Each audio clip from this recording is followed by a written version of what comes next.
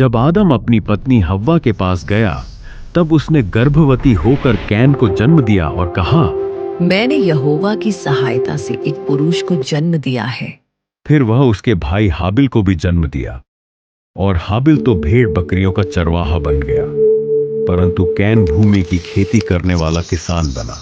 कुछ दिनों के पश्चात कैन यहोवा के पास भूमि की उपज में से कुछ भेंट ले आया, और हाबिल भी अपनी भेड़ बकरियों में से कई एक पहिलौठे बच्चे भेंट चढ़ाने ले आया और उनकी चर्बी भेंट चढ़ाई।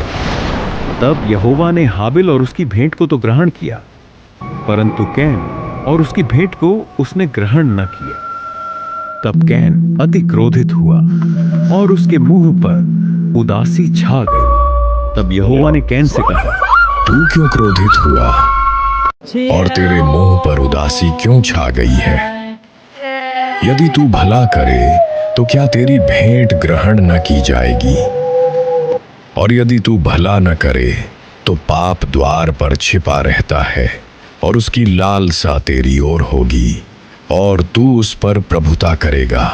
तब कैन ने अपने भाई हाबिल से कुछ कहा, और जब वे मैदान में थे, तब कैन ने अपने भाई हाबिल पर चढ़कर उसका घात किया। तब यहोवा ने कैन से पूछा, तेरा भाई हाबिल कहाँ है?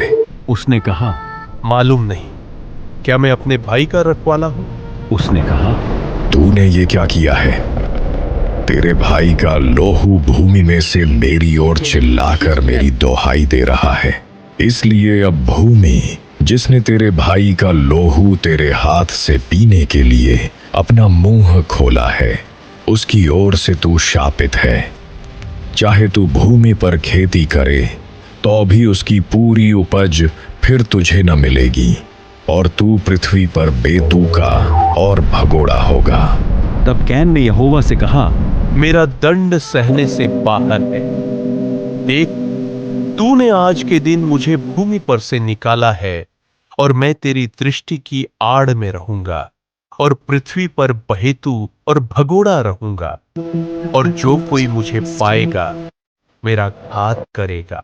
इस कारण यहोवा ने उससे कहा, जो कोई कैन को घात करेगा उससे 7 गुना पलटा लिया जाएगा। और यहोवा ने कैन के लिए एक चिन्ह ठहराया, ऐसा न हो कि कोई उसे पाकर मार डाले।